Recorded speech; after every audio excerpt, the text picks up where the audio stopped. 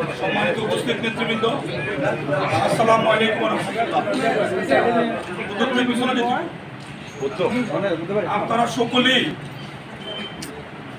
অবহিত আছেন যে আমাদের দলের প্রিয় এক সহকর্মী, বাংলাদেশ জাতীয়তাবাদী যুবদল কেন্দ্রীয় কমিটির সহসাধারণ সম্পাদক, হবিগঞ্জ জেলা যুবদলের বিপ্লবী সভাপতি, ডিসি ইউনিয়নের বারবার নির্বাচিত চেয়ারম্যান মিয়া মোহাম্মদ ইলিয়াস গত 27শে অক্টোবর দলীয় কর্মসূচির শেষে বাসায় ফিরে অসুস্থ হয়ে হসপিটালে আনার পরই সে মৃত্যুবরণ করেন।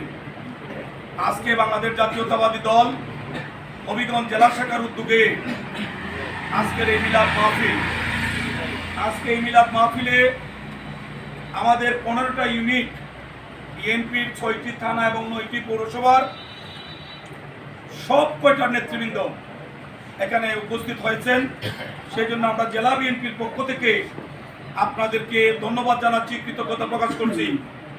জনপ্রতিনিধি, আমাদের শায়েস্তাগঞ্জের মেয়র, আমাদের চুনারঘাটের সাবেক মেয়র সহ অনেক জনপ্রতিনিধি এখানে শত ব্যস্ততার মধ্যে উপস্থিত হয়েছেন। কেবলমাত্র ইলিয়াসের প্রতি ভালোবাসার কারণে, ইলিয়াসের পরিবারের সদস্য, ইলিয়াসেরা 6 ভাই ছিল, ইলিয়াস সহ 4 ভাই ইতিমধ্যে মৃত্যুবরণ করেছেন। আল্লাহ সকলকে মাফ করে আল্লাহ যেন জান্নাতুল ফেরদৌস নসিব করেন। ইলিয়াসের 3 বোন, তারা আল্লাহ তাদেরকে নেক হায়াত দিবেন। তার 2 ভাই তারাও আছেন, আল্লাহ যেন তাদেরকে নেক হায়াত দেন। ইলিয়াসের 2 বোনের হাজবেন্ড, একজন লাখাই বিয়ে হয়েছে, আপনারা জানেন যে আমাদের প্রফেসর ফরিদ ভাই, উনি এখানে ইলিয়াসের বোন জামাই, উনি উপস্থিত আছেন। ইলিয়াসের আরেক বোন আমেরিকাতে আছেন, আমাদের আলাউদ্দিন সাহেব, তিনিও আজকে ইলিয়াসের পরিবারের পক্ষে এখানে উপস্থিত আছেন। আমরা সকলে মিলে, আমাদের এখানে একটাই কাজ, সকলে মিলে আল্লাহর কাছে দোয়া করা, আল্লাহ দুনিয়াতে ইলিয়াসকে শেষ ভালো যাক, সব ভালো যাক।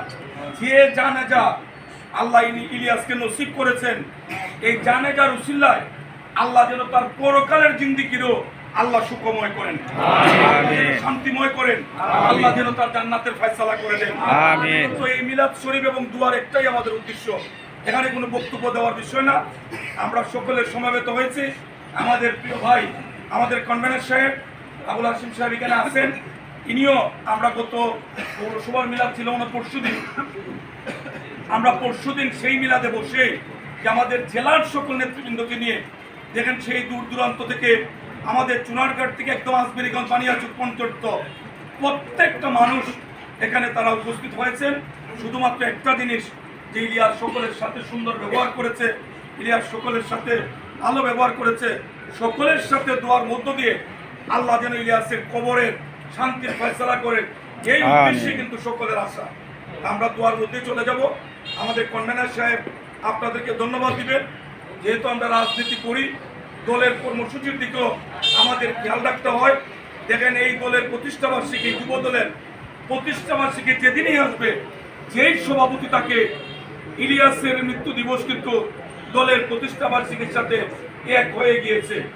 যুব দলের প্রতিষ্ঠাবার্ষিকী 27শে অক্টোবর, ইলিয়াসের মৃত্যুবার্ষিকীও কিন্তু 27শে অক্টোবর।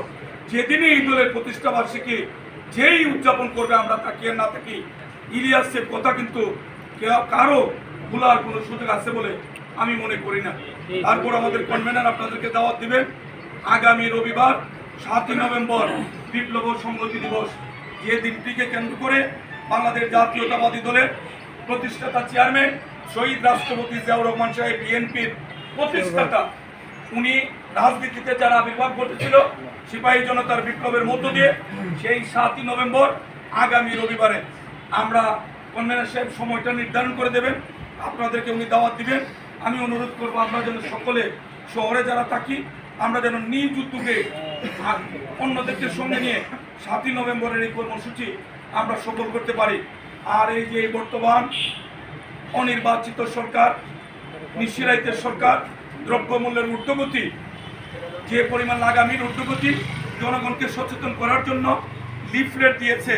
আমাদের যেহেতু প্রত্যেক নেতৃবৃন্দকে অনুরোধ করব, মেহরবানি করে দলের কেন্দ্র প্রেরিত যে লিফলেট, আপনারা মেহেরবানি করে লিফলেটটি এখন নিয়ে যাবেন এবং আপনাদের সুবিধা মতো আপনারা নিজেরা যদি বিতরণ করেন খুবই ভালো হয়, অথবা আপনাদের কর্মীদের মাধ্যমে এই লিফলেট বিতরণ করবেন।